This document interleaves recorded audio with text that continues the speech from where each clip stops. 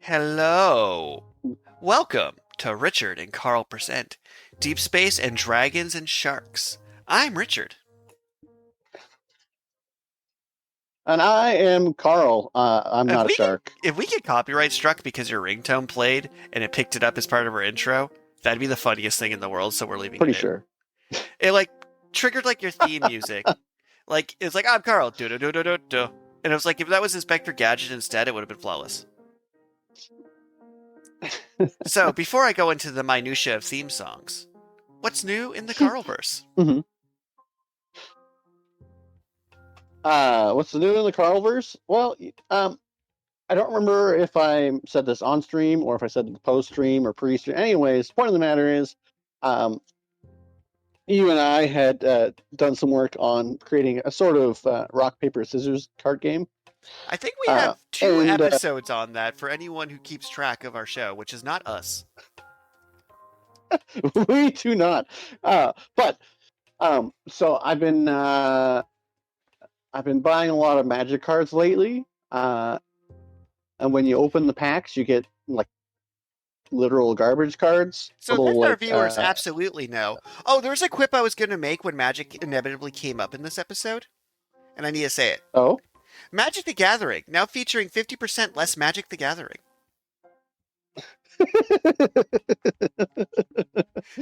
So true. Literally, that's their actual market plan. You get the literal garbage cards, and I've collected enough that I can sleeve 200 cards, and they're all garbage cards, which means that they won't be able to be used for anything else. And you know how small a number?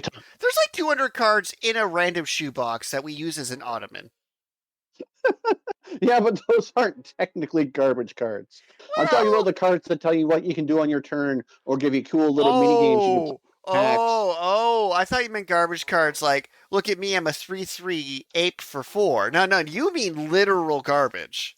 Yeah, kills our planet cards. And lenders microplastics in exchange for knowing how a saga works. Okay, got it. Yeah. I happen to have. Well, I'm not sure if I actually have 200 or not yet because I only needed 92 action cards and 40 field cards.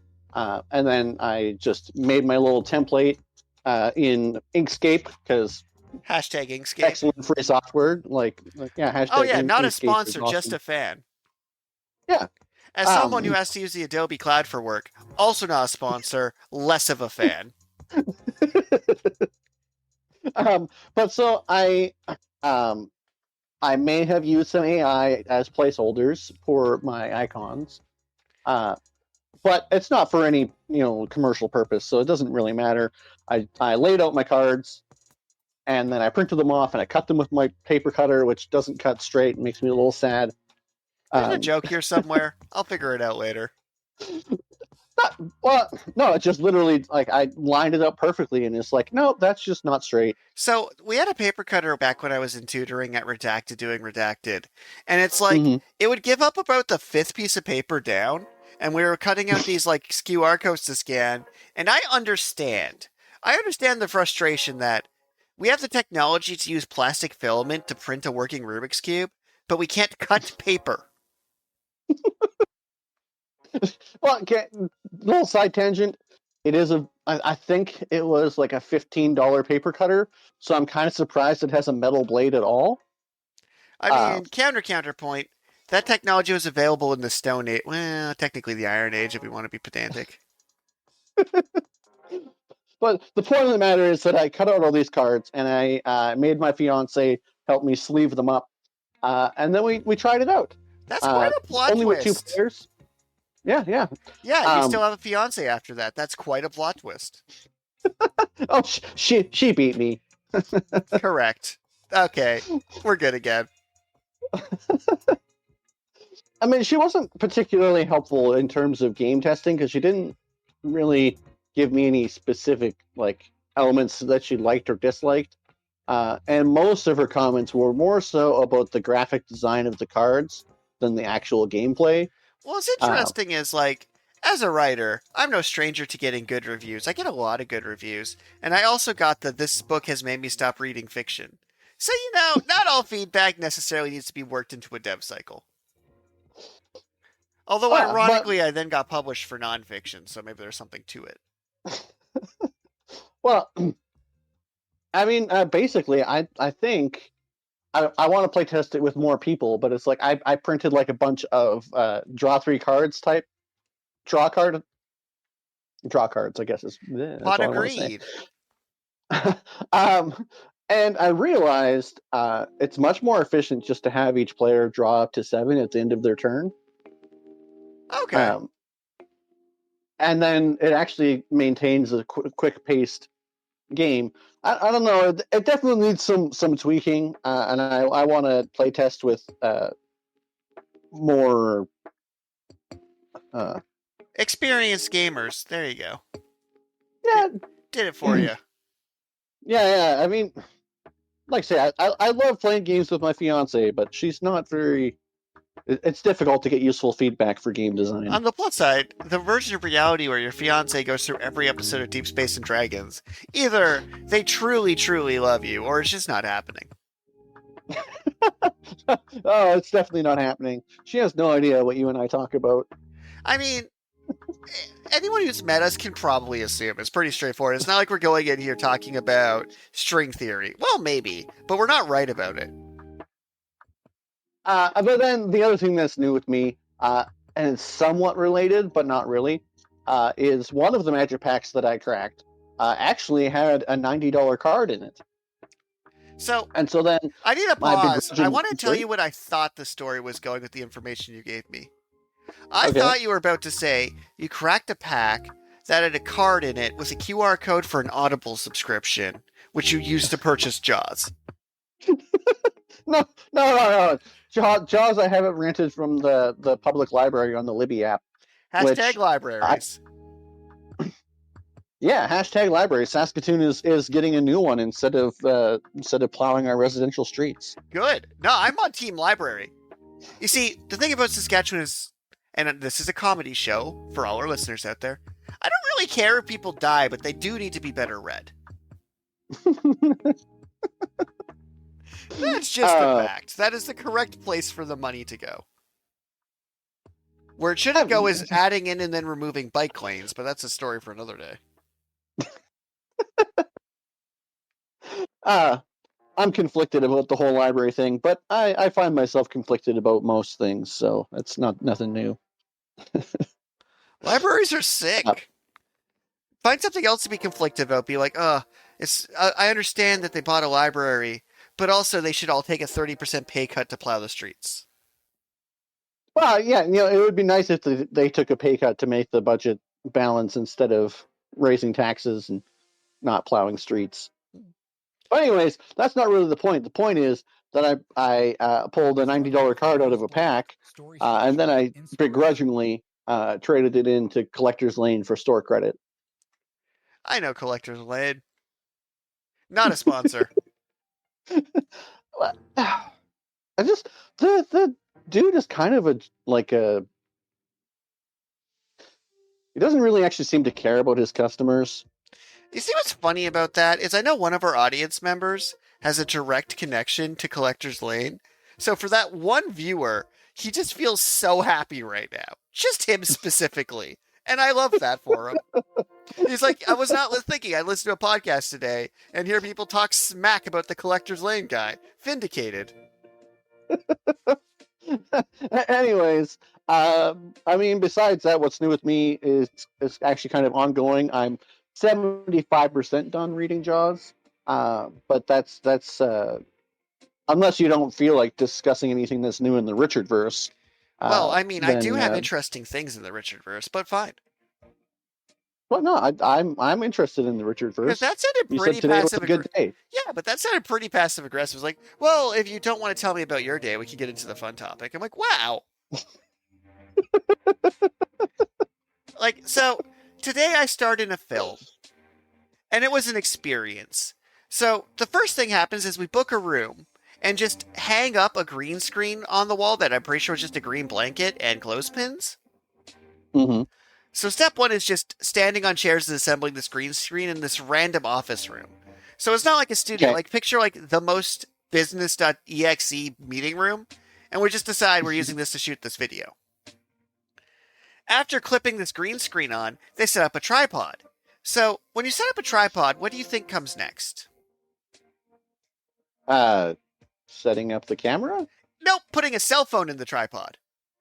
Why would you use a camera when cell phones exist? Why would I expect a tripod? So my brain's just like, I really thought Redacted Institute's redacted program with its cutting edge redacted would use more than a cell phone. But also cell phones kind of have comically good cameras in them now. So the newest iPhone probably in fact is better than most people's actual cameras if the camera's a couple years old.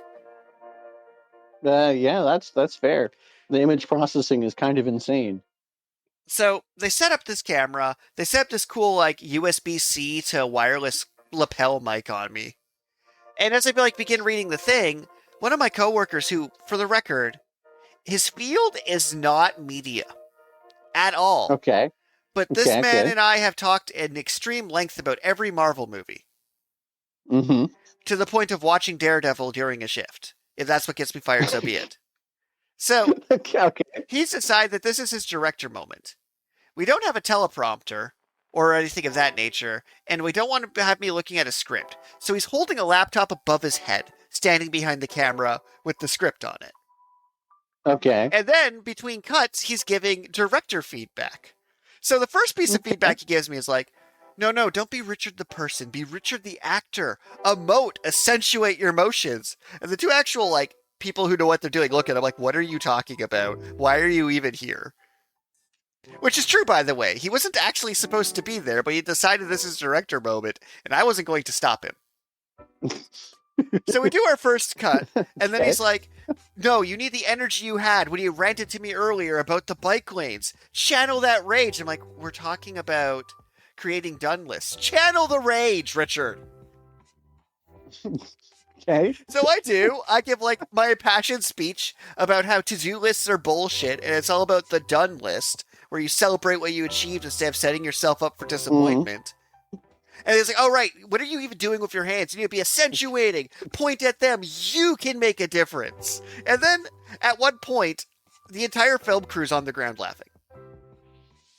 Because he's just super seriously trying to direct this 2-minute-long educational spotlight on done lists.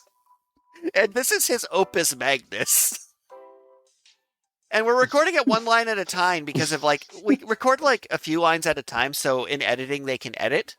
Because doing it in one take is actually less good than if you have 3 takes for each line kind of thing. Or more like, this is just how the film students have decided they're doing it, and I believe them. Right. Plus, our teleprompter being a laptop means it can really only show me a paragraph at a time, because he didn't have the coordination to hold it above his head and scroll through it so the line of sight was correct. And then the phone blocked out a chunk of the script, so I just had most of the words and had to calculate the missing chunk of words for the script that I had almost had memorized at this point. But I was weirdly nervous because I was being filmed. See, our podcast is going to go shocking to people. Isn't scripted. If it was scripted, this would be much harder.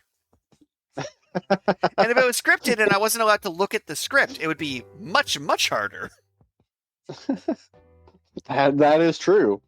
So we managed to record this video with everyone pretty much being winded. And then one of my coworkers like, hey, are you coming to staff yoga? I'm like, what do you mean staff yoga? So it turns out my boss is a yoga instructor. And then all four of us that worked then went and did a yoga class. Huh. And something about having the 90% transition rate from coworkers to then doing a yoga class was kind of majestic at a concept. And I've had a bit of a sore back lately for being a lazy slob, so it seemed like a good idea to use my human form for a while before I ascend to potato or master hand status. So that was my day today specifically, was mostly recording this video, which was just so delightful. We also did an outreach event where I warmed up talking to people, which is why this video, be like, Richard, emotion, channel it. I'm like, I've never had someone ever tell me that I need to put more into something. Okay, so just out of curiosity, this bike lane rant, was that Saskatoon related or Toronto related? Ah, man, I'm going to go into Toronto politics, but it's only fair we go into Saskatchewan politics a lot. So, our acting premier, Douglas Fortescue, or whatever the hell his name is, or Dougie, or real life Homer Simpson, whatever you want to do. Not a fan of this man, not a sponsor of my show. Had this idea. So a while back, Don't call him Dougie. That's like the name of a famous homeless guy. eh. Well, he's Anywho, famous in Saskatoon, anyways. TLDR. In downtown Toronto, they set up what were effectively like safety spikes in the bike lanes, so there was dedicated bike lanes for bikes to go through because each person on a bike is one less car. Setting up these bike lanes cost the city, I don't know, probably $111 million, the exact amount certain institutions could use to fix their financial troubles. Which is why I like looping back to this, ranting about it. So, he decides that these bike lanes aren't working because traffic's too congested. So he's paying another... Oh. I really like to say 111. Sorry, you cut out. Like, you went so passionate that it seems like there's a legacy. Would you please re-ask the question, sir? It wasn't a question, and it wasn't like... anyway, 11T1 is a much better way to say 111. Thank you. It's funny because there's like a lag spike with this, so it's like... I'm like, oh no, he's saying, like, he's speaking in tongues. He's being overcome. 11T1. 11T1 was what the delivery was. This joke, I really hope someone laughs, because I'm like, wow, we just fought, like, I desperately was panicking our internet connection died for 11T1. But yes, so $11 million was set putting in these bike lanes, and now he's spending another $11 million to pull them back out again to try and fix the traffic that they're set up to fix. Huh. So it's like, they literally made a massive project, didn't like it, and then are paying to get rid of the massive project. And I'm not even arguing whether bike lanes are good, they are, or that traffic is bad downtown, it is. It's the idea that someone would implement a fix that cost a bunch of money, and then spend a bunch of money to just control Z the fix, instead of having a third solution of some sort. Especially when redacted educational institutions could very much use some government support right now, as most colleges did what redacted had to do. And just gut the programs. So that's a rant for another day, because conflict of interest. So TLDR, I hate the bike lane thing so much. It's kind of like when redacted Fortikins decided that we needed to sell alcohol at corner stores and gas stations and what have you. Sure, the LCBO liquor board might have had a monopoly, whatever. You can argue the pros and the cons. What you can't argue is this cost him hundreds of millions of dollars in subsidies he gave out to the liquor store so they wouldn't go bankrupt from the other stores selling liquor now. So this program to sell alcohol costs millions of dollars. Huh. The ability to give a license for stores to sell alcohol somehow cost us tax money, which was supposed to make us tax money. That was the point. Right. Huh. Bizarre. Mm-hmm. But I did buy wine with a bear with an eye patch on it from the gas station and used that to make a pork roast the other day.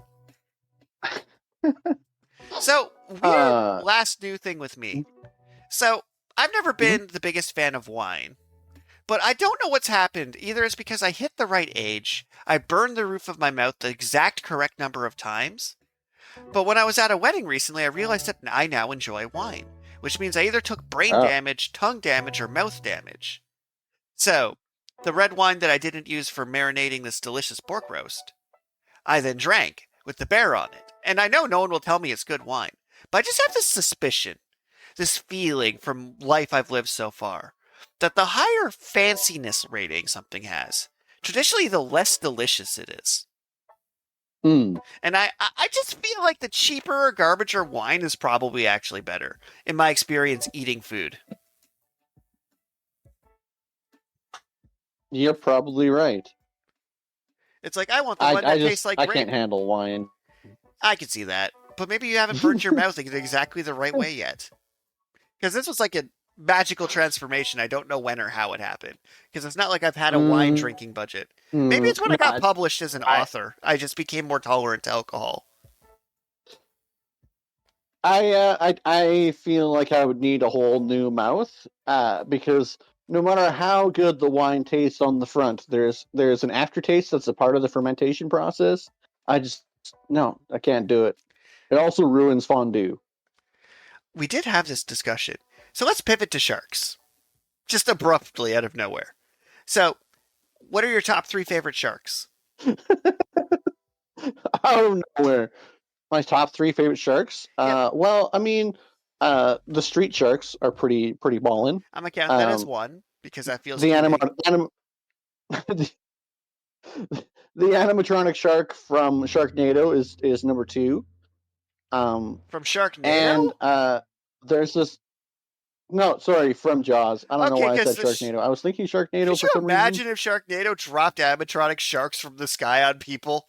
Oh man, that would be sick. But my number 3 favorite shark, a Dollarama has these little like tubes of candy, and then on the top there's like a little shark mouth, and you push the button and it lunges and bites stuff.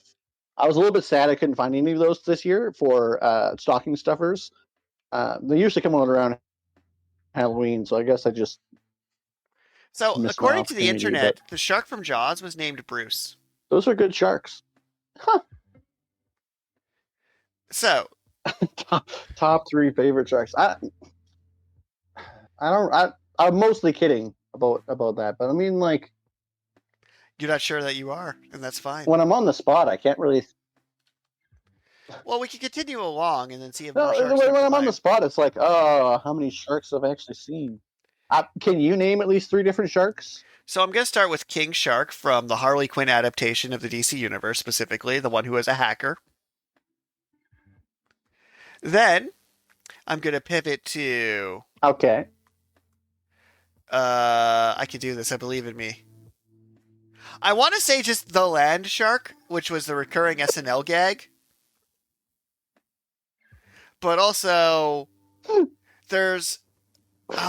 Marvel's trying to push this baby shark character who's very adorable, whose name I'm losing right now.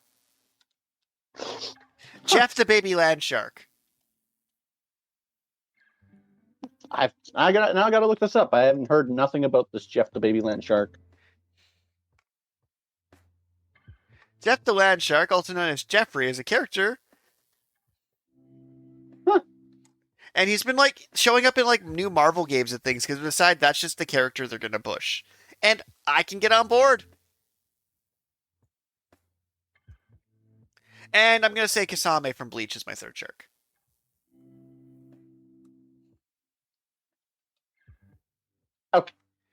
Okay. I didn't think about Kasami. Kasami is a way better shark than the Dollarama candy. Yeah, but less good than King Shark. Man, Jeff the Land Shark is adorable. So I want you to know when I looked up All famous right. anime sharks, First? Kasame showed up at the top of that list.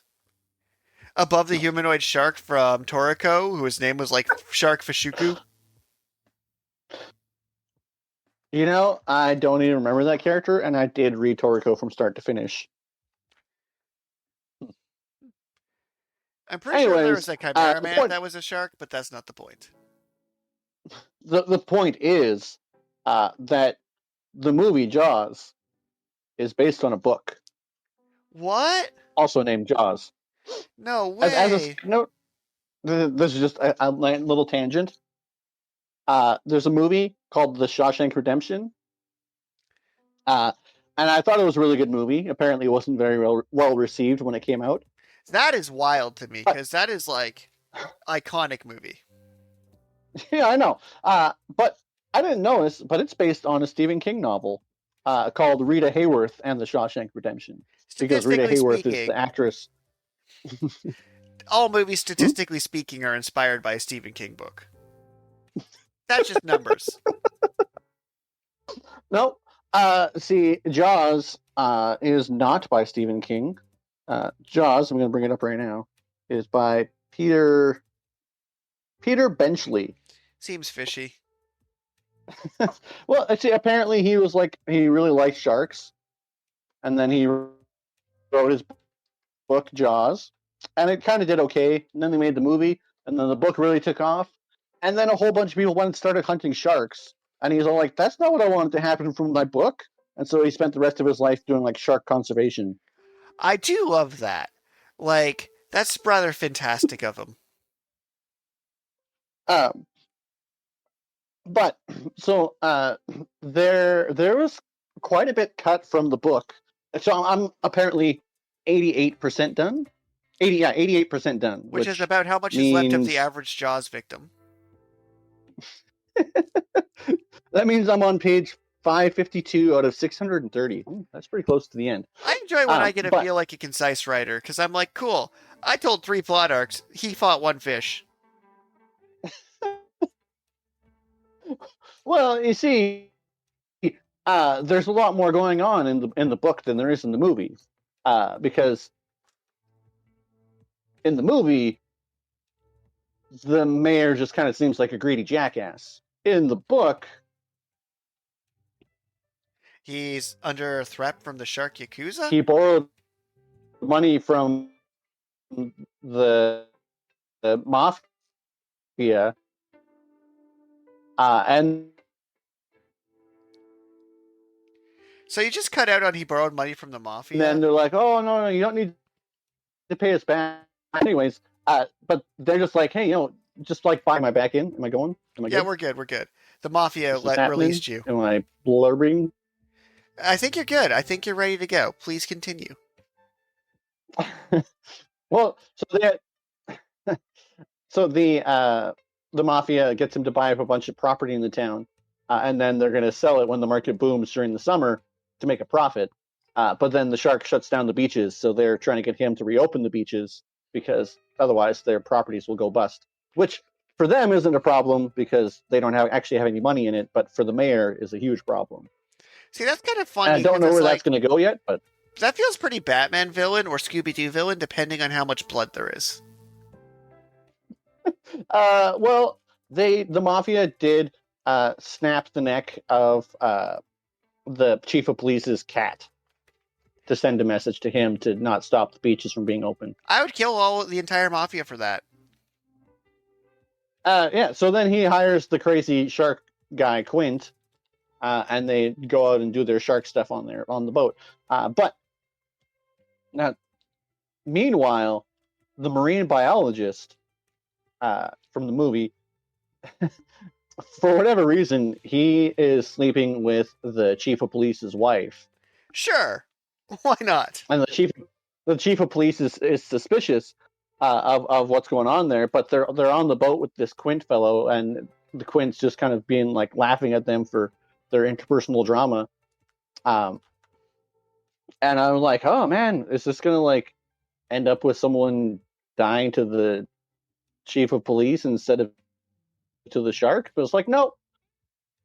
When the marine biologist goes down into the cage, the shark kills him right then and there, busts his cage open, and just and that was the single biggest surprise to me.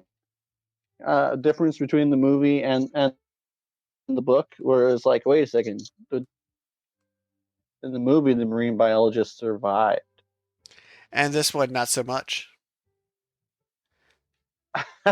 Okay, good. I was thinking that might be like a huge lag spike or something. No, I think we're good. But I do have to let you in on a piece of information. And I hope you're sitting. Okay. There's 6 Sharknado movies. I knew there were 5. And I think it's maybe the 3rd one when they start doing weird time travel shenanigans. So the final Sharknado movie is called The Last Sharknado, It's About Time, which is a time-traveling movie about traveling back in time to prevent Sharknadoes. Huh. And like, I knew there was time travel in at least one of them. The main character's son gets taken into the Sharknado and then comes back as an adult, portrayed by Dolph Lundgren. It's amazing. So let's go into the topic of shark movies a little more esoterically here. My first question to you is this. After Jaws came out, the shark movie of person gets terrorized by shark and then killed with fire extinguisher, allowing fire extinguishers to explode in every video game ever made since. My question to you is, do we ever need to make another shark movie? Where were you done? Like, Um, well, I mean, Mecha Shark, that series of movies is pretty fantastic. Can't go wrong with Mecha Shark. Movies about megalodons. I mean, yeah, the megalodon, so the the Meg Jaws was a shark was a fantastic. very large shark, but Well, let's talk about the Megalodon movie with Jason Statham in it that tried to take itself completely seriously. So, right. Megalodon being giant death shark is basically we took Jaws and made it into a kaiju movie.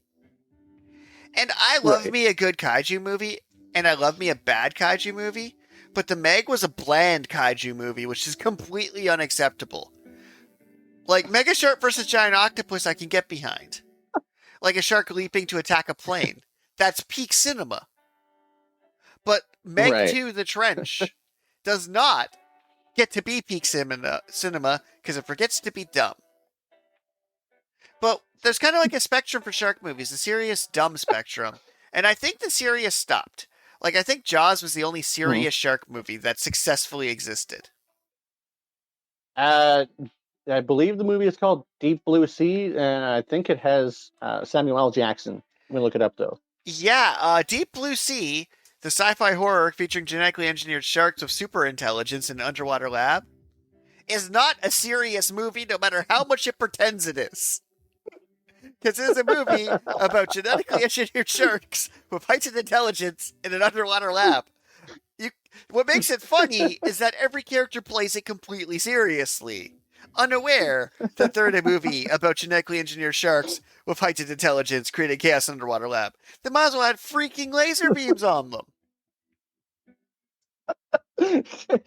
You're right. There doesn't really seem to be that much more room for serious shark movies because people aren't really scared of sharks anymore. Nor should they be.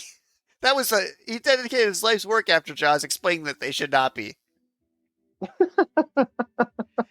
So my question to you is: would you ever, if you were challenged, we need to make a serious shark movie? How would you do it? Serious shark movie. How? Because it's easy to do a comedy. Like I'd have that gun that's a laser pointer that makes sharks come out of the water and eat people. Mm-mm. I do also like the sharks that can just swim in like ankle deep water. Yep. That's The very concept of the Sharknado is like they jump the shark. Also, jumping the shark is just a hilarious trope to begin with. mm. But how would you make a serious shark movie? Like the Megalodon tried to be a serious one, but no, a Megalodon's a stupid enemy. Because here's the thing about all shark movies: the sharks have a very specific weakness that, when exploited, renders the concept of the movie defeated completely. You go on Mm. land. Well, I mean that doesn't work for Mecha Shark. Well, yeah, but good luck making a serious Mecha Shark movie. I'd be so proud of you. Like that's why like people are like Shin Godzilla is like an actual serious movie, won a bunch of awards. I'm like, nah, I'll take Godzilla versus Kong any day. I'm sorry. Like you're using it as like an if you're using a shark as a metaphor for loneliness and despair, sure, I guess. Mm. Well, I mean, so the only answer would be to have the people in a situation where they can't get away from the shark, such as Deep Blue Sea, or they're in the underwater lab. I mean, I'd probably try and do like the classic horror trope of keeping the monster not shown as often as possible. Like I'd probably do a Poseidon adventure thing where they're in an upside down sinking ship and have to swim to sections, and then just people just explode in clouds of blood.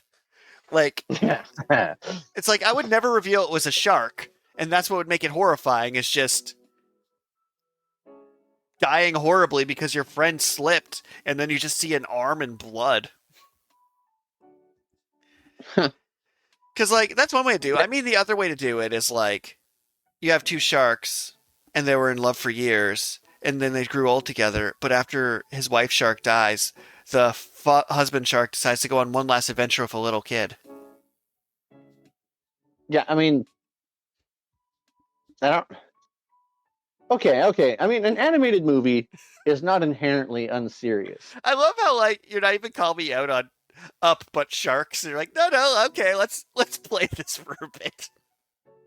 Yeah, yeah, Yeah. I mean, like I was kind of thinking that talking sharks would ruin the bit, but if it's actually just a movie about sharks, a la Watership Down. Oh damn! Because like my brain went Finding Nemo, but it's like, oh no, Watership Down didn't give a fuck. Like that should have the horror tag on it, which is a statement you wouldn't think of.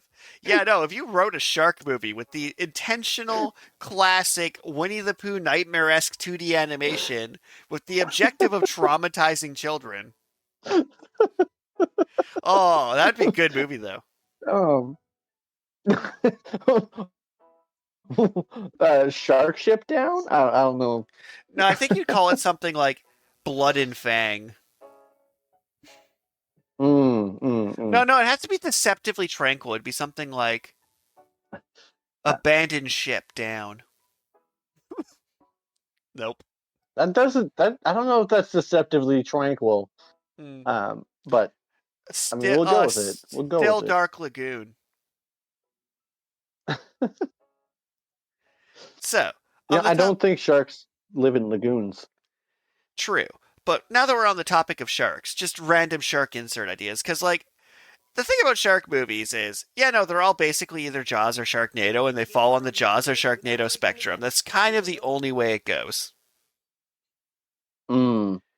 Yeah, but I mean, there's just fewer and fewer Jaws shark movies because They get less good each time. how do you actually make it? Well, yeah, how do you make something new with a shark aside from going completely outside the box like we just did with our Watership Down shark movie? Or they did with the which I hope materializes. Oh yeah, this would be if we could manifest that.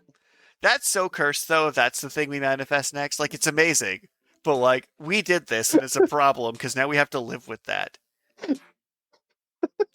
What if it turns out to be a cinematic masterpiece? Oh yeah, that's fair. Maybe I should write it.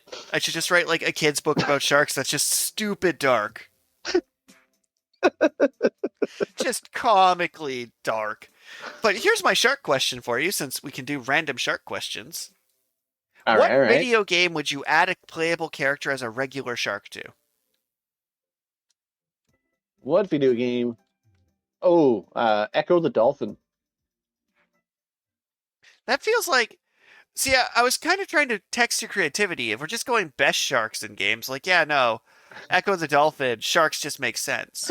So sharks make an equal amount of sense in Donkey Kong Country when you pilot the shark and dodge the sharks. Wait, okay, so shark playable character?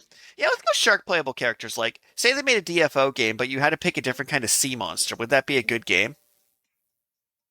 Well, yeah, I was just thinking BioShock, but you controlled the sharks to like do puzzles in the water outside the dome. I appreciate shark puzzles. I also appreciate just having a shark in Smash Bros that just swims around and wherever he moves, it's just water and jumps out and sharks people. Well, I mean, for Smash Bros, like Super Mario 3D World had the 3D blocks of moving water, so it'd just be like your shark could be a block of moving water, and then it could jump out of the water to attack people. That'd be cool. Yeah, playable shark in Smash Bros. I could see it. Although it'd probably just end up being Sharpedo. That's a good point. Sharpedo doesn't need water, though. He's not a real shark. I mean, he's a shark and a torpedo fused together. Like, he's about as legitimate as anything on the Sharknado list. Or Mega Shark versus Giant Octopus. Fair enough. See, like, when it comes down to it, it's kind of funny, is in real life, a large animal is terrifying. And it's so hard to, like, translate that to fiction. Like, if you see a bear in real life, it is the most terrifying, harrowing experience you'll ever see. And then Cocaine Bear ends up being the dumbest movie of the year. Yeah, Cocaine Bear was pretty stupid. I mean, I love the concept. Speaking of bears, actually. That's a pivot. Well, no, just the guy who wrote Watership Down, I think it was the next book he wrote, it was called Shardik. And it was about this, it was about a mystical bear that everybody was like worshipping. And I don't really remember much about it except that it was weird and it was about a bear instead of rabbits. But yeah. Well, that's fair. I do think this will be a little bit shorter thing because, like, sure, we could go into great white shark versus genetically engineered shark. If a shark had a superhero origin story, what powers would it have and what's actually we're gonna do with that one. If a shark had a superhero origin story, what powers would it have and what would its name be? Ooh. So I'm gonna start with the lazy one as an Um. example, not my actual entry, Mhm. but so Peter Parker, the spider, descends down to give him the heroic bite, but he slips backwards and falls in a shark tank. And the spider bites the shark, creating Spider Shark, who has all the powers of Spider Man, Okay, I mean, and is still just a regular shark. Spider Shark is cool. I was kind of thinking more along the lines of it'd be like um, Terran Shark. It'd be like the opposite of Aquaman. You'd have telepathic powers. In... to control the creatures of the land. Okay, I'm loving Terra Shark, who was born of a human. Like, no, it'd be like a land. Their parents would literally have to be like Earthian royalty and a shark to work. Yeah, Terra Shark's pretty top tier.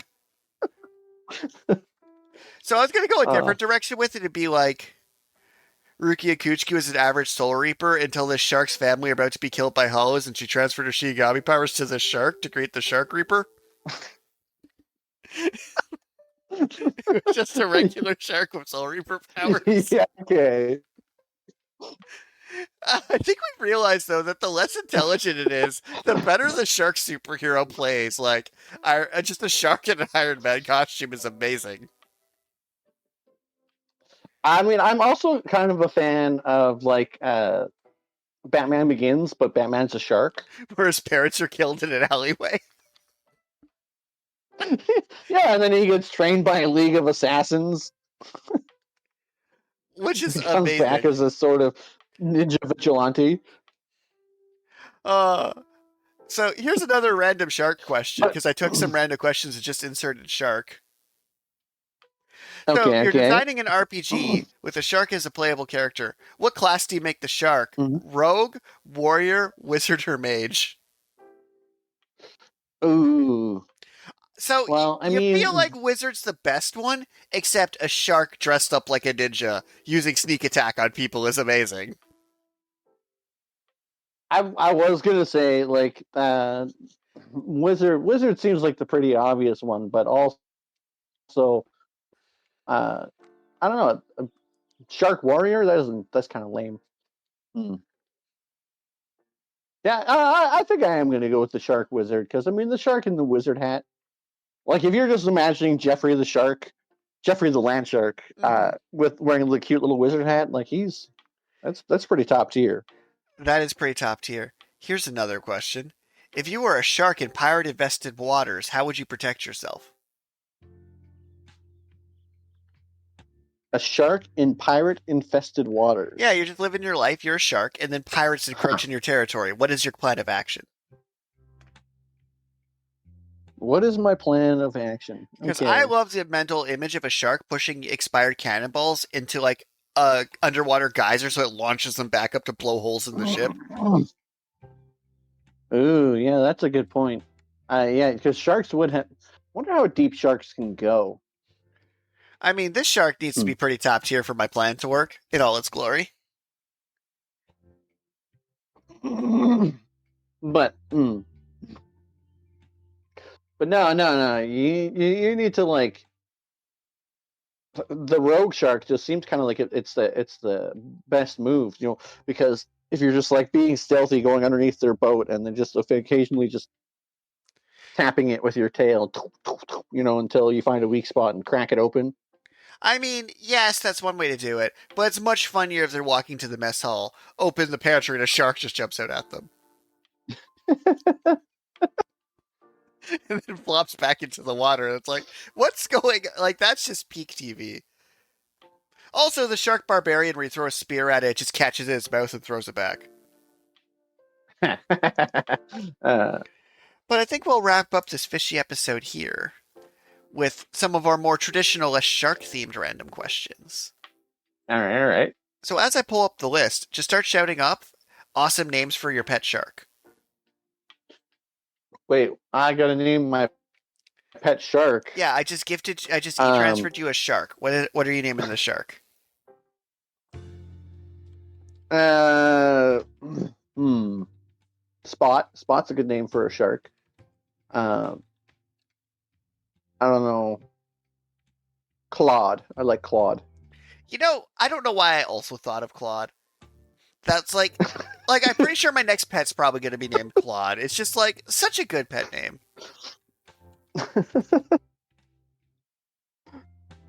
That's random, but I mean, I guess that's we've been friends for a long time, so I guess we must be. Oh, speaking Yeah. of, I wrote another Karl character into a story, and it's a funny editor's note I got. Because I'm working on this novel, right? And I sent you the rough Mm-hmm. draft of the Hangman story a while back. So Mm-hmm. now the character named Karl in the Hangman story, you know how I'm killing this Karl? Mm-hmm. Peacefully in his sleep of natural causes. No one will ever see that coming. He dies having lived a fulfilled life. Wait. The Hangman story wasn't the one where he decides to go outside to see whether or not he's dreaming, is it? It is. So instead, he passes away peacefully in his sleep, having never left. Ah. Well, I mean, that's a nice way for me to die, I guess. It's much more traumatic for the other one, who's used to people die. The captain who's used to people dying in dramatic fashion, watching his friends slowly wither and die due to time. So here's our random question that we Sad. received from listeners like you or viewers who are watching the subtitles on YouTube with no audio for some reason. Wait. I mean, does this person have like a tag name or something, or is it just like, can you like give them a code name? Well, the thing is, I don't like to dox people, right? So like, I don't want to ever name drop who gave us the question, but I'm going to go Right. with Claude for the sake of this conversation. Claude Sharktooth. Okay. What is the Claude weirdest Sharktooth. compliment you've ever received that you secretly loved? Weirdest compliment you've ever received that you secretly loved? Huh. Well, I mean, my boss when I first started working there. Well, okay, so first I started at a pizza store in a small town, What? No and way. so I had some pizza store experience when I came back to the much larger urban center of Saskatoon. Ironically, it is actually like 10 times larger. No, 20 times larger than the town that I started in. Anyways, uh, so he had never worked with me before. He had no idea how well I knew the menu and whatnot. So then I'm making pizzas, and he comes up to his wife. He's like, "Oh, hey, oh, this new guy is pretty fast, hey." And then he just like walks away. And I was like, "That's the closest thing you ever get to a compliment from my boss. He'll just passive aggressively tell someone else that you're awesome." I appreciate that. I'm going to go with a recent one I got, and I don't even think it's a compliment. I just took it as a compliment. So we had Okay. a meeting, and for an icebreaker, my boss asked everyone, "What is your favorite fruit?" And then Pawson goes, "And Richard, don't fucking say tomato or avocado or olive." And I took that as such a compliment that they had to put a disclaimer that I was immediately going to say a non-fruit to answer this question, and they needed to be clear that no, they're not tolerating any of my sass today. So that one's not really a compliment. I just took it as a compliment. I think a weird compliment I got today that I secretly loved was I said something along the lines of, "We could do this method, or I could just do it." And they said, and I quote, "Oh, thank goodness. I was hoping you would say you would just do it. Please just do it." That is a pretty good compliment. Just, oh, please, just do it, please. I'm like, that is absolutely a compliment, and that makes me feel happy. Yeah. Yeah, and I think with that, that is our random questions. That is our shark episode. And I only managed to work in like 10 of the water puns I was working on. Oh. I managed to get the fin joke in there. I managed to get the beach joke in there. I managed to tell you that you bit off more than you can chew. I was trying to figure out how to say hammerhead out the details, so I'm just going to say it at the end. I definitely did the whale. I didn't see that I coming. mean, what are you talking about? What's cracking?